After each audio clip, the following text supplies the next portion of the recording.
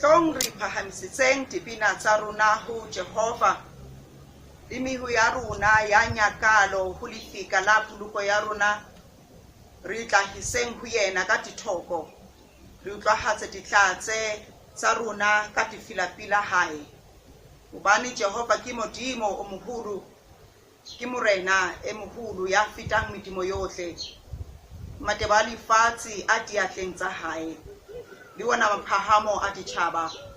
Lewatle ke la hae, ke mosebetsi wa hae. Le lona lefatshe le dileng le bopuwe ke diatla tsa hae. Hlong re kgumameng, re inameng, re we ka mangole pela Morena, mopi wa rona. Hobane ke Modimo wa rona, re setjhaba seo e leng modisa wa sona, mohlapi a tsamaiswang ke letsogo la hae. Ka jeno ha le utlwa lentswe la hae, le sike la thatafatsa dipelo tsa lona, jwalo ka mohla meriba, njengasosukini lwasemasa ehlane lapho oyihle bangilinga khona, bangivivinya babona umsebenzi wami. Friends, good morning. Usuku oluhle lesimnikeze uNkulunkulu ithuba lokuzuzwa kofefe, ithuba lokuzuzwa komusa wakhe. Sidibene namhlanje kulusuku esikuba ngalo imisebenzi yomama.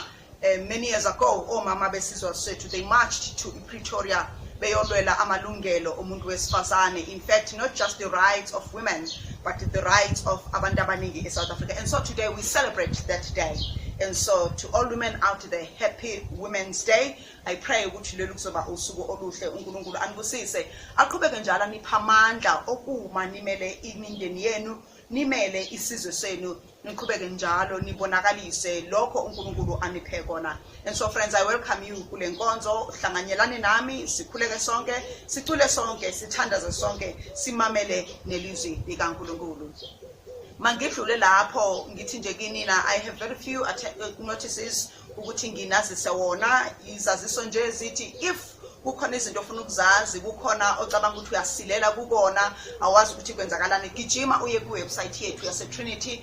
By now hopefully uyazi ukuthi sifumane kaphi. Lapha eTrinity uzofumana ama videos, uzofumana ama devotions, uzofumana izaziso zonke, everything ephathelene nokuhlala kwethu lapha eTrinity. And if there is something you need to understand, kukhona okunye mhlambo kungekho kuma notices ofuna ukukwazi, do not hesitate to call me. And so friends, we are going to sing together kwingoma yesiXhosa, unabantu bakho Thixo ngamaxesha onke.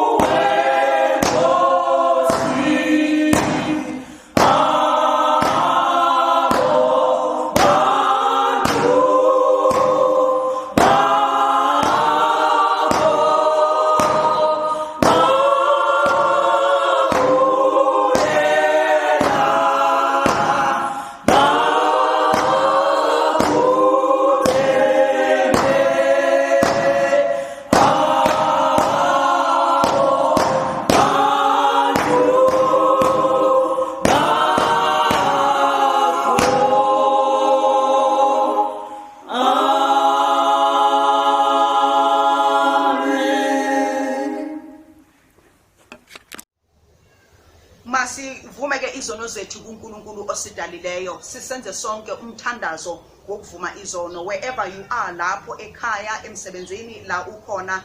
Join me uye kwi-Xhosa hymn book or Zulu, Setswana, Sesotho, Sepedi, wonke amaculo ethu anawo lo mthandazo, and pray with me. Bawo onamandla onke onofefo phosi konke, siphosisile salahlekana nendlela zakho njengegusha ezilahlekileyo, siqithile ngokulandela amaqhinga nenkanuko zenhliziyo zethu, sonile ngakuyo imithetho yakhe engcwele, siyekile zonto esingesizenzile asazenza, senza ezonto esingesingazenzi, akukho nokuphila kuthi. Kodwa wena Nkosi uze wenze ngedafu kuthi baphosisa abanhliziyo zilusizi, banyamezele Thixo abo baxela iziphoso zabo, philisa abo baguqukayo njengokuthembisa kwakho okushunyelwe ebantwini nguKristu Yesu inkosi yethu. Uze uthi bawulufefo liphezu konke usiphe ngenxa yakhe okuba sithi emveni kwakalokhu nje sihlale inhlalo ebhedeshekileyo nelungileyo nebunqathu ukuze kudunyiswe igama lakho. Amen. Morena re a rapela lokula batho ba hao diphosong tsa bona, mme ka mohao wa hao omkhulu re lophule ditlamong tsa tebe tseo re di entseng ka bofokoli ba rona. Se go nanta ya le godimong ka baka la Jesu Kriste morena le mopholosi wa rona ya kgabane. We're going to sing together umthandazo wenkosi, the Lord's Prayer.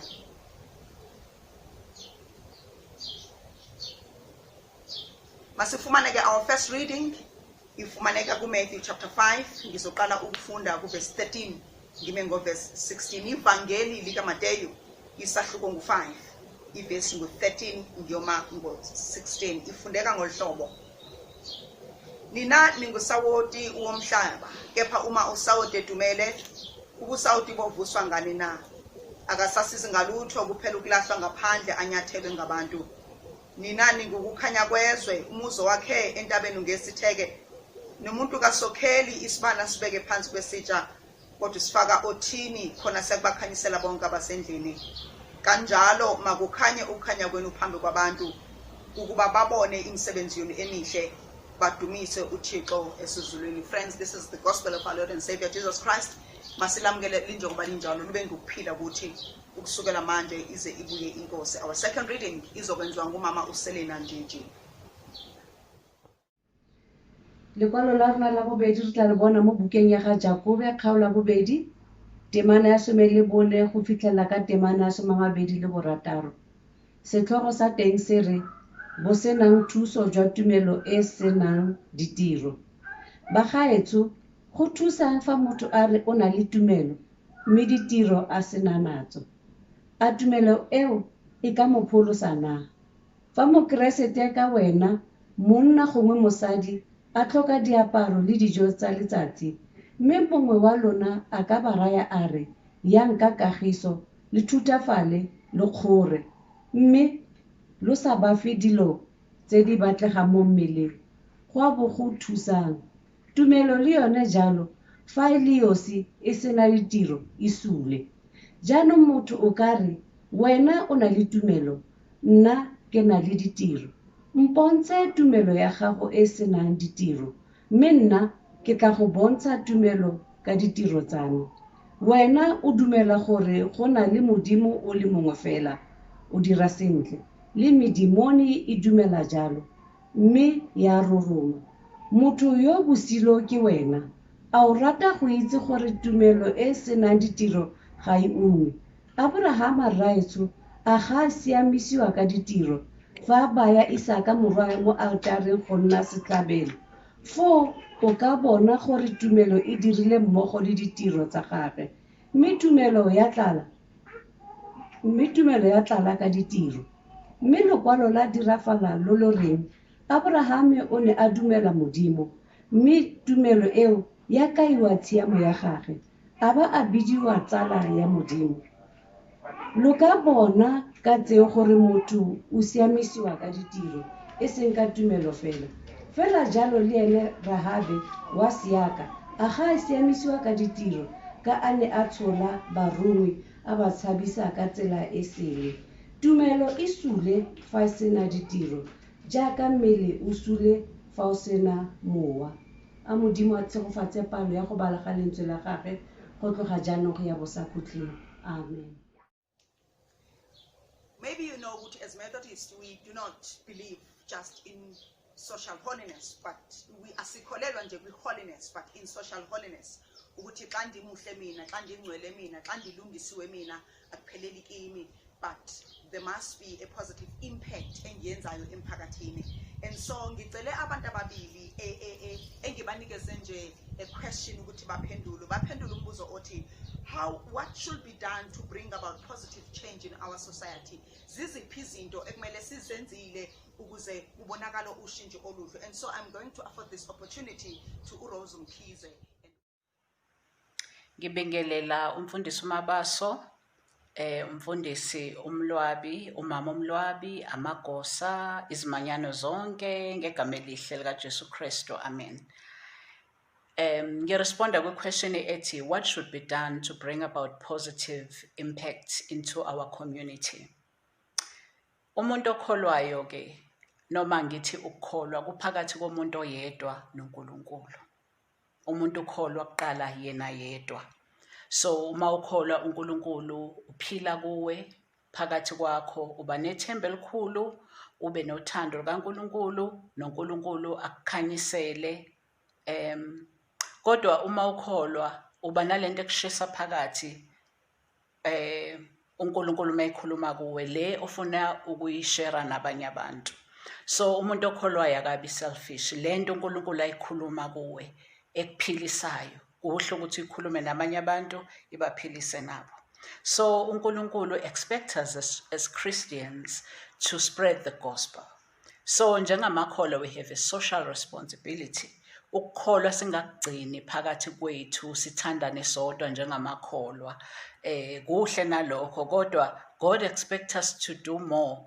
God loved us first, and so he expects us to love one another. Ukuthanda ke ngokaNkulunkulu akusiko ukuthanda kokukhetha abantu, kodwa ukuthanda bonke abantu nabaqhamuka kuzo kwindawo zonke. Siyakhumbula eBhayibhelini when Jesus had dinner with sinners, wahlala nabo etafuleni.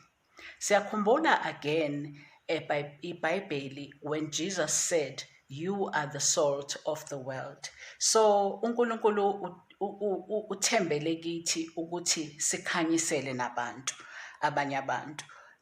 Abantu abambona uNkulunkulu ngamehlo, nathi asimboni ngamehlo. So by doing good, ngokuhamba kwethu, the way we conduct ourselves emphakathini, abantu bambone uNkulunkulu kithi, balibone uthando lukaNkulunkulu kithi, especially abantu abangenalutho. By taking care of those people who have nothing, so besitshengisa uthando laNkulunkulu, and by doing that we will draw them closer to God. Ngiyabonga. Uma sifuna ukusho noma ukuncoma umuntu ngegalelo lakhe, wanting to express that person's worth, we say ungusawoti womhlaba, ulityiwa lehlabathi. Isizwe samaRoma sona sithi akukho into ebaluleke njengetyiwa. There is nothing as important as the salt. Baphinde futhi bathi eceleni ukasawoti is the sun, or ukukhanya, or the light. So bathi kaMaroma zimbili izinto ezibalekile ebomini, ityiwa nokukhanyisa. Usawoti bona bawuhlanganisa, or they connect it nama qualities amathathu. When they speak or they think of salt, mathathu ama qualities abakhuluma ngawo. Xa bethetha ngetyiwa bathi it represents purity, ubunyulu, inhlanzeko, cleanliness, izinto ezinhle. Okwesibili, it's preservation. Igcina izinto ekade zizokonakala manje kodwa izigcine isikhathi eside. Okwesithathu nekuyiyona ke mina engibambelele kuyo yileyo ukuthi ityiwa lenza izinto zibe mnandi, lenza ukudla kube mnandi. It gives flavor to things. surely nawe xa uthetha ngetyiwa ikhona into or umsebenzi wetyiwa owaziyo. In my world, ityiwa lenza ukudla kube mnandi. Any food without salt, really, now uyakwazi ukuthi akutaste kahle unless udokotela wakhe ethe ungawudli usawoti.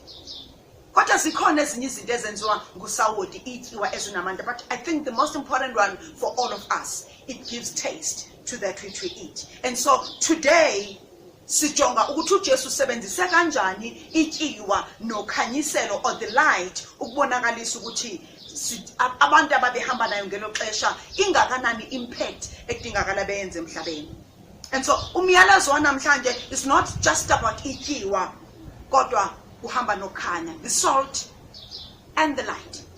And maybe the biggest question we have to respond to is, thina njengoba ityiwa linikeza i-taste ekudleni, how can we give taste to a situation ama-South Africans abhekene nazo, the tasteless situations, njengabantu esibekwe emhlabeni nguJesu to be the salt of the world? Singasijika kanjani isimo ezintweni ezimuncu sinikeze izinto eziright? In darkest situations, how can we bring light as abantu abakholwayo? Singaletha kanjani ukukhanya kwizimo ezimnyama abantu abajengene nazo? I-light, you need umentshisi ukuze ubonakalise ukuthi uyakhanyisa, otherwise akwenzeki lutho. And so i-light, this i-light iletha ukukhanya la kumnyama khona. Ibizwa ngokukhanya because whenever there is light kuyashintsha izinto endlini. Iyakhanya, igqamile, iyabonakala, one is able to see it. Futhi iyalandeleka uma ngabe kukhona ukhanya uyakwazi ukuthubeleza uze uyofika la ufuna ukuya khona. Icacile. But why did Jesus use the example ye light no salt? Kwakutheni? Izindlu zasePalestine, they were very dark. Uthola ukuthi indlu iyonke yasePalestine izoba nje nefasitela elincane. I think you know most izindlu zasemakhaya uthola ukuthi in the villages indlu around manje newindow elincane. And so nezindlu zasePalestine zazinjalo. They were very dark. EPalestine they would use isiphefu, lento esibiza ngokuthi isiphefu, efaka uoyela phakathi ibe newick intambo ezongena phakathi bese kubonakala ukhanya. And so umuntu oyibuka from a distance would struggle ubona umuzi aya kuwo, but ilight yona, no matter how small it was, yayiba visible umuntu akwazi ukuyibona. And so Jesus used that ukufundisa abafundi bakhe ukuthi this is what they need to be for the world. Ukuthi ezweni elimnyama elikhulu, no matter how small they are, but uma in their smallness bekhanya benikeza ukhanya, lokho kungawenza umahluko. And so ilambu lalinceda ukunikeza ukhanya.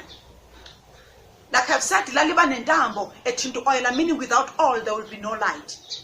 You could have a light, but uma ngabe ungekho oil la izokudonsa khona amandla lalinganikezi ukhanya.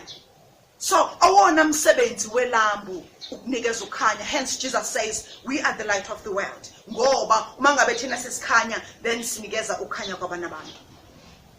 But ngesikhathi uJesu esebenzisa lamazwi, wayesebenzisa a very famous saying yamaJuda. Jews had their own famous saying about the light. Wona amaJuda xa ethetha ngeJerusalema ayethi iJerusalema lilukhanyiselo lwethu. In other words, Jerusalem for them was the light of the world.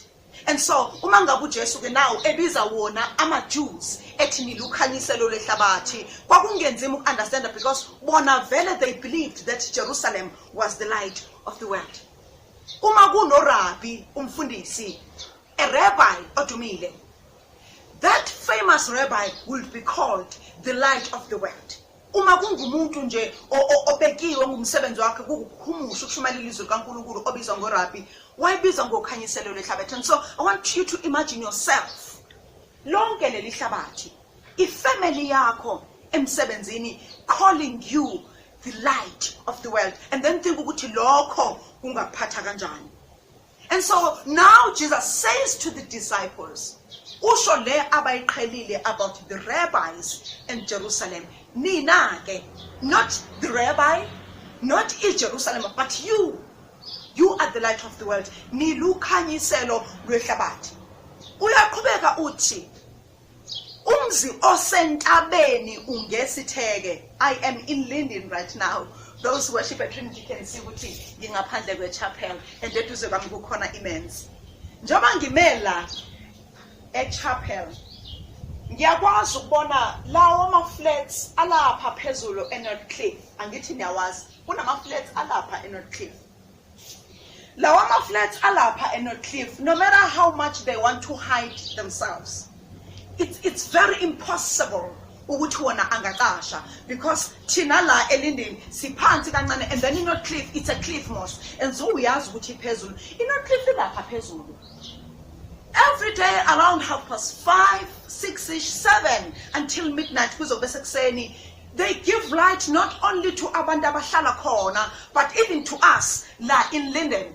There is no way that hill or those flats can be hidden because zibekwe entabeni. And so Jesus says, you Christians, nani bafundi bami, you are like that city, ebekwe entabeni, a city that can never be hidden. Meaning, because nibekwe pa, now give light to the world. Nikezani ukanya ehlabathini.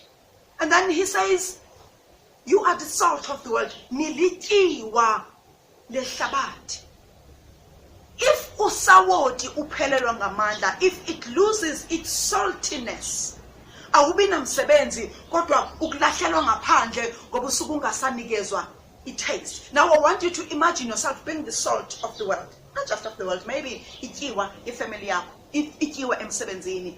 When people are dull or kunezinto ezingezinhle emsebenzini or ekhaya, when you come, they know, wow, Londeka has just arrived. It's gonna be fun. We're gonna have fun. Unguloyo muntu othi mawungena abantu bonke basmile bonke abantu bathokoze, because you bring taste, unikeze flavor, wenza kube mnandi. And Jesus calls his disciples the salt of the world. Abantu abenza umehluko, those who bring the difference. Abantu abanikeza ukhanya. But wayeqonda ukuthini uJesu kubo? What did he mean? Wayeqonda ukuthini kubafundi bakhe uma bethi balukhanyiselo lwehlabathi? They are the salt of the world. And what is Jesus saying to us today? Uthini kuthina namhlanje?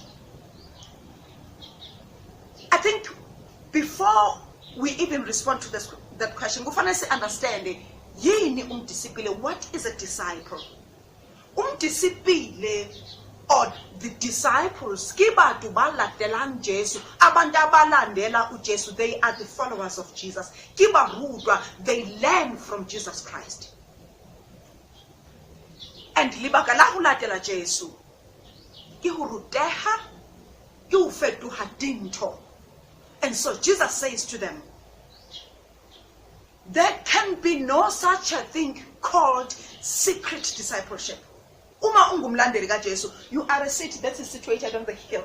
And because you are situated on the hill, wonke umuntu uyakwazi ukubona, wonke umuntu can listen to what you're saying. Ayikho into ekuthiwa secret discipleship. Awukwazi ukuba ngumlandeli kaJesu, ngumfundi kaJesu, kodwa uzigodle uhlale khona. No, you go out there because you are the light of the world. Ningumzi osantebeni ongeke wasithe uthi kubo ubuKristu mabubonakale. A person's Christianity should be perfectly visible to all people. And that's what it means to be the salt of the world.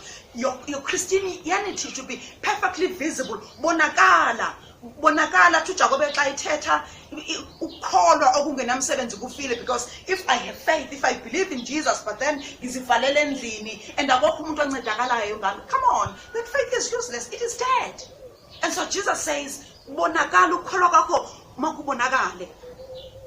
But did Jesus say to the disciples they should be visible to the other Jews? Babonakale kumaJuda kuphela? Is that what he meant? That they were to be the salt of the other Jews and other disciples only? No. God uJesu uthi salt of the world, light of the world.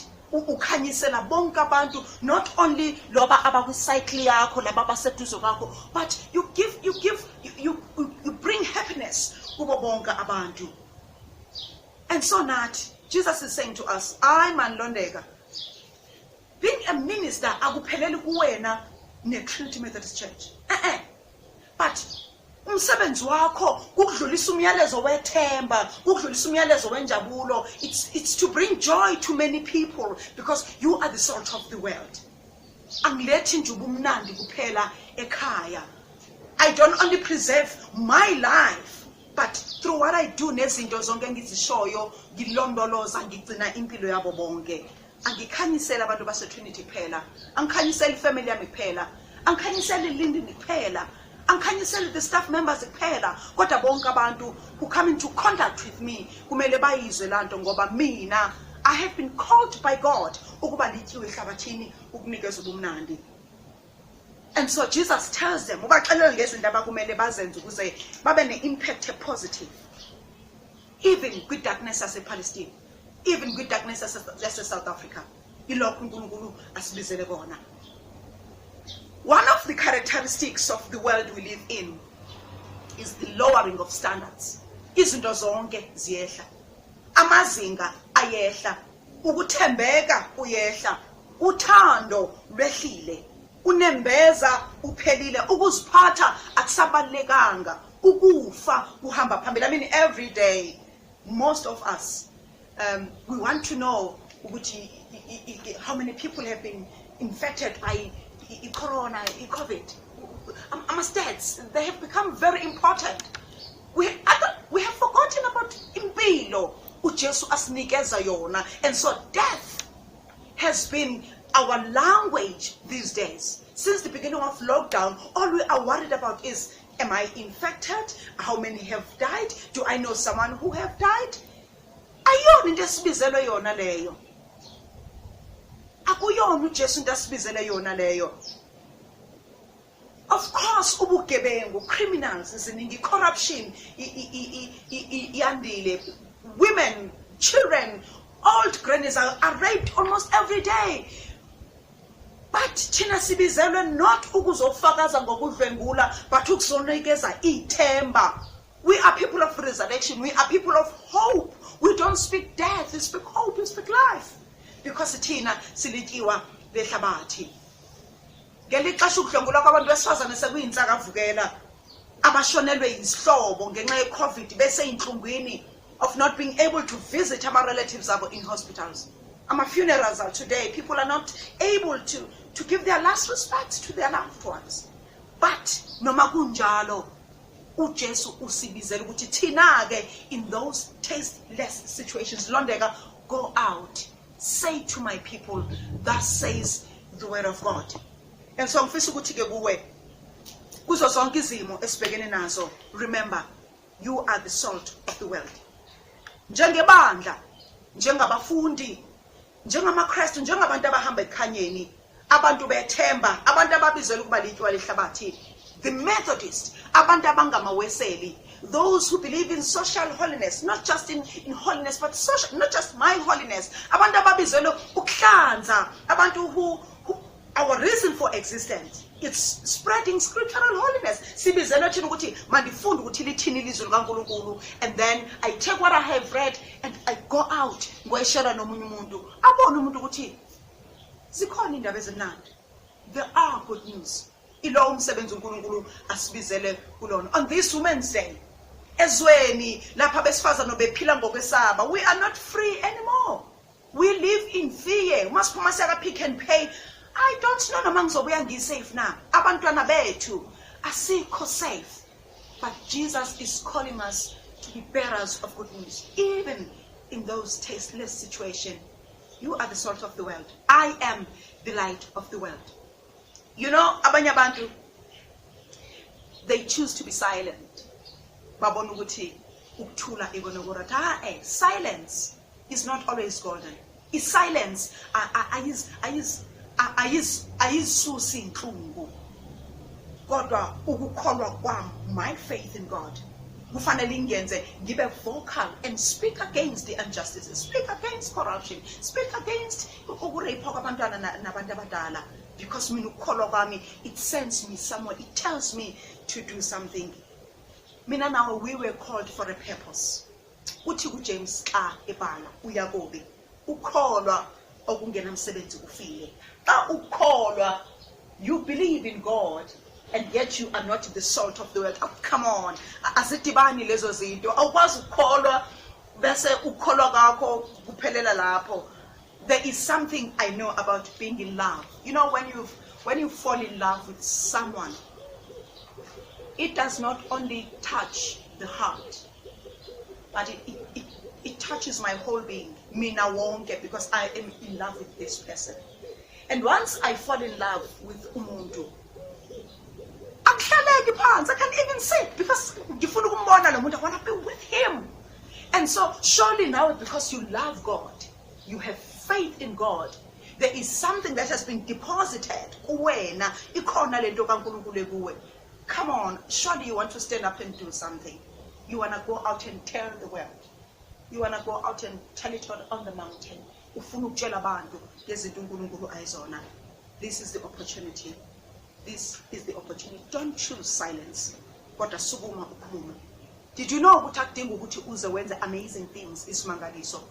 Kodwa ngokuletha nje ubumnandi or sithethe ngezinto ezilimaza isizwe, si challenge obubi, ngalokho silukhanyisele oluhlabathi. Ngakho ke sisindisa impilo zabantu uma ngabe senza okuhlukileyo. Do something. Say something ngoJesu. Ungathuli. Jesus himself azange zathule kodwa walwisana nenkohlakalo. Kwafika abantu besifazane, the women were the nobodies of the world, but Jesus picked them up. Kwafika abantwana the nobodies of the world, but Jesus wathinta abantwana, he picked them up, wabafunqula, wababusisa. Wathatha ihlazo, the shame of the cross, wahamba nesiphambano wayofika eGolgotha, walithwala ihlazo lesiphambano emahlombe akhe. So Jesus was the light of the world. And today, the story of Jesus is not a story as Nikuphila, because what he did showed that he was the light of the world, the salt of the world. We don't have to carry the cross, not at all. We don't have to do it like Jesus did and carry the cross, not at all. But do something. Say something. Yisho nje izinto ezincane wenza umahluko empilweni zabantu. Mina nawe singenza okufanayo. Usathana nqotshwe. uNkulunkulu ke makabusise ukufunda nokushinyela kwezwi lakhe usukela manje izibuye inkosi. Amen.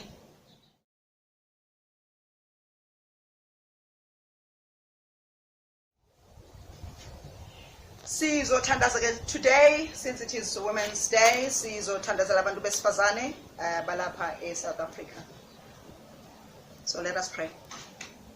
Baba, ilizwi lakho linamandla, ilizwi lakho lithembekile, ilizwi lakho lihle, ilizwi lakho lisusa ukwesaba, liqeda uvalo, liyawaqinisa amadolo ethu ohambweni lwethu lempilo, ohambweni lwethu lokukholwa. Siyabulela Thixo wethu ukuthi wena you have entrusted us with the heaven's mysteries. Izimfihlakalo zezulu wena uNkulunkulu wethu sinikezile zona, wasenza ukuthi sile understand ilizwi lakho. Siyabulela ke Nkosi. Vuma ke Nkosethu ukuthi kwimizamo yethu athi umhlabeleli xa ethetha ngayo imizamo yethu yophela xa sifika kuyo, kwimizamo yethu someleze Thixo wethu singaphela amandla, sime njalo sikubheke wena njengenkosi nomsindisi wethu. We take this time to pray for women of this land, labo Nkosethu abahlukumezekayo ikakhulukazi, labo abangakwazi nokusukuma, labo abangenalo ngisho izwi emizini yabo, labo Nkosi yamama ideas abo acrashwayo zonke insuku, labo Nkosethu abangatholi imisebenzi yabo because bangabantu besifazane, labo Nkosethu abantwana babo abangabahlonipha, abangababheki just because they are women. Sibasondeza kuwe Nkosethu, uNkulunkulu wenu wathi xa udala umuntu wathi kuhle kakhulu. And so God, we pray that every day they will remember those words, that when they were created, you say it is very good. Qhubeka ke njalo ubapha amandla emandleni, ubapha amandla emandleni, ubapha amandla emandleni. Sikhulukelana labo Nkosethu we have been ama-victims, ama-injustices, corruption, konke lokhu sakusondeza phambi kobuso bakho. Baphakamise Nkosethu, banikeze ithemba elisha, baphakamise. Sikhulekela laba abamise imizi yabo Thixo wethu, because umhlaba esiphila kuwe or South Africa esiphila kuyo, most households zimiswe ngomama, zimiswe osisi. bapha amandla emandleni bami njalo bangakhohlwa ukuthi zonke izinto ziyenzeka ngawo. Hlala uhleleke kithi Nkosi yethu, nathi siyazithandazela, nami ngiyazithandazela umsebenzini engikwenzayo, uhambo nengihambayo ingaphela amandla, kodwa ngikhumbule njalo ukuthi wenza wena umuntu, wenza umuntu ngomfanekiso wakho. Hlala Nkosi yethu kubantu bami, uvuse njalo umsebenzi ey'nhliziyweni zabo babazi egameni. Ngikhumbula-ke kithi Nkosi yethu nathi ukuze sizizwele ubukhona bakho. Bless all people in the name of Jesus Christ and God sake. Amen. Friends, siyabulela qhubekani nihlale emakhaya, qhubekani nikhonze inkosi. Please continue to be safe. Zinakekeleni, take care of yourselves, love yourselves. Ningabi nje uvanzi nigcwale emgaqweni. COVID ayidlali nengane, but still we hope, we trust, we believe ukuthi uNkulunkulu nayo i-COVID and he's going to deal with it. uNkulunkulu angcineke, uNkulunkulu anibusise. Bye bye.